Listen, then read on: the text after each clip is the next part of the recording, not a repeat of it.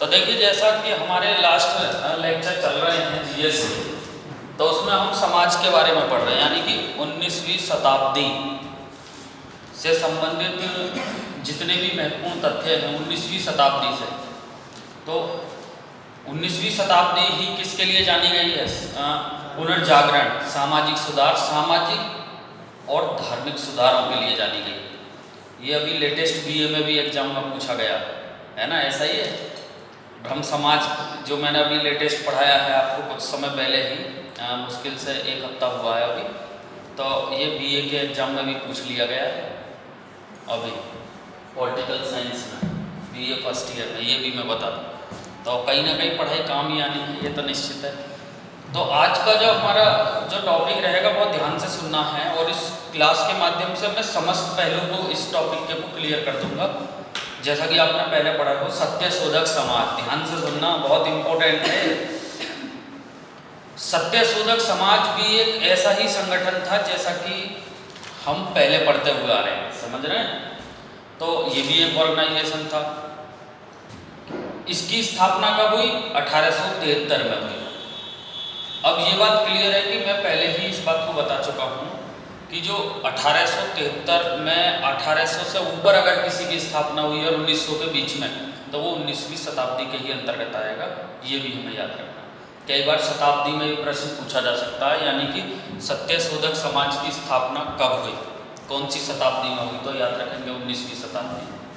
1873 में हुई, महाराष्ट्र में हुई, याद रखना, ठीक है। किसके द्वारा की गई? ज्योतिराव गोविंदराव फूले के द्वारा की गई, जिन्हें ज्योतिबा फूले के नाम से भी जाना जाता है। ये पूछा जा सकता कई बार, ठीक है। उसके बाद अगर हमें दरोगा लेवल के एग्जाम को भी क्रैक करना है, तो हमें मोस्टली क्या, इसके अलावा क्या चीज़ें याद होनी चाहिए इस संगठन से? इस संगठन का मुख्य उद्देश्य क्या था, ये हमें प्रॉपर याद होना चाहिए।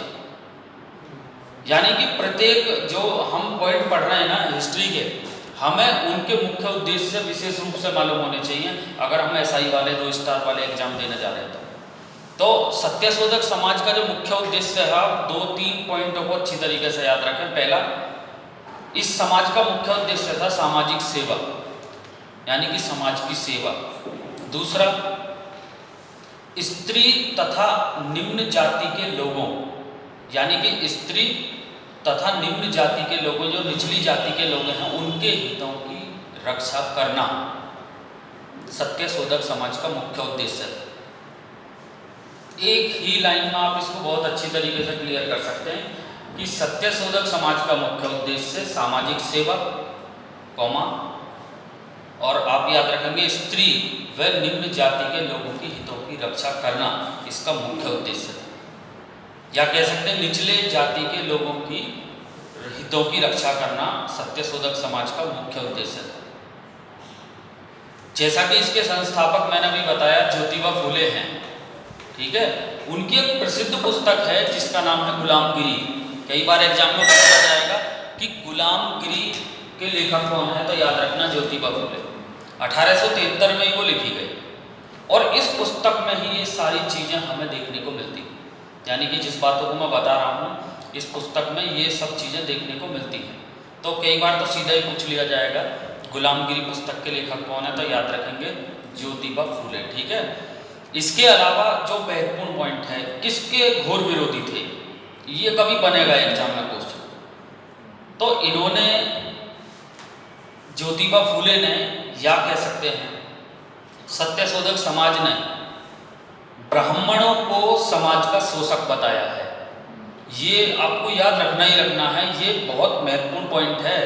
वो कई बार एग्जाम में ऐसा प्रश्न कर सकते हैं कि किस समाज ने ब्राह्मणों को, जो कि 19वीं शताब्दी के जो धार्मिक समाज सुधारक आंदोलन हुए या संगठन बने, उनमें से कौन सा ऐसा समाज था जिसने ब्राह्मणों को समाज का शोषक बताया था, यानी कि पंडितों को? तो याद रखना सत्यशोधक समाज। सत्यशोधक समाज ब्राह्मणों का घोर विरोधी था, ऐसा मान लो। मेरा कहने का अर्थ ये है कि यदि प्रश्न इस तरीके का पूछा जाता है, जरा प्रश्न को ध्यान से सुनो, ये तभी कर पाओगे जब ये सब चीज़ें क्लियर होंगी। प्रश्न पूछा जाएगा दिए गए विकल्पों में से कौन सा कथन सही है। पहला पॉइंट दे दिया जाएगा, सत्यशोधक समाज की स्थापना 1873 में हुई। दूसरा पॉइंट दे दिया जाएगा, सत्यशोधक समाज की स्थापना महाराष्ट्र में हुई। तीसरा पॉइंट दे दिया जाएगा, सत्यशोधक समाज का मुख्य उद्देश्य स्त्री तथा निम्न जाति के लोगों के हितों की रक्षा करना था। चौथा पॉइंट दे दिया जाएगा, सत्यशोधक समाज ब्राह्मणों का घोर विरोधी था। ऑप्शन नीचे होंगे, ए ऑप्शन में दे दिया जाएगा ए और 2 दोनों सही हैं, बी 1 2 3 तीनों सही हैं, सी में दे दिया जाएगा 1 2 3 4 चारों सही हैं, डी में दे दिया जाएगा इनमें से कोई सही नहीं है। तो हमारा आंसर होगा ये सारे सही, यानी कि सी। ठीक है, हम कब कर पाएंगे इन चीज़ों को, जब हमारे पूरा कंसेप्ट क्लियर होगा। क्लियर। और ये जो सत्यशोधक समाज के जो स्थापना जिन्होंने की, जिसका नाम था ज्योतिबा फूले, या पूरा नाम कभी एग्जाम में पूछा जाए तो याद रखना है ज्योतिराव गोविंदराव फूले। ये माली जाति में पैदा हुए थे। कभी फैक्ट के रूप में एग्जाम में बन सकता है कि ज्योतिबा फूले किस जाति में पैदा हुए थे, माली जाति से। क्लियर। तो कई बार अच्छे प्रश्न यहाँ से देखने को मिल सकते हैं।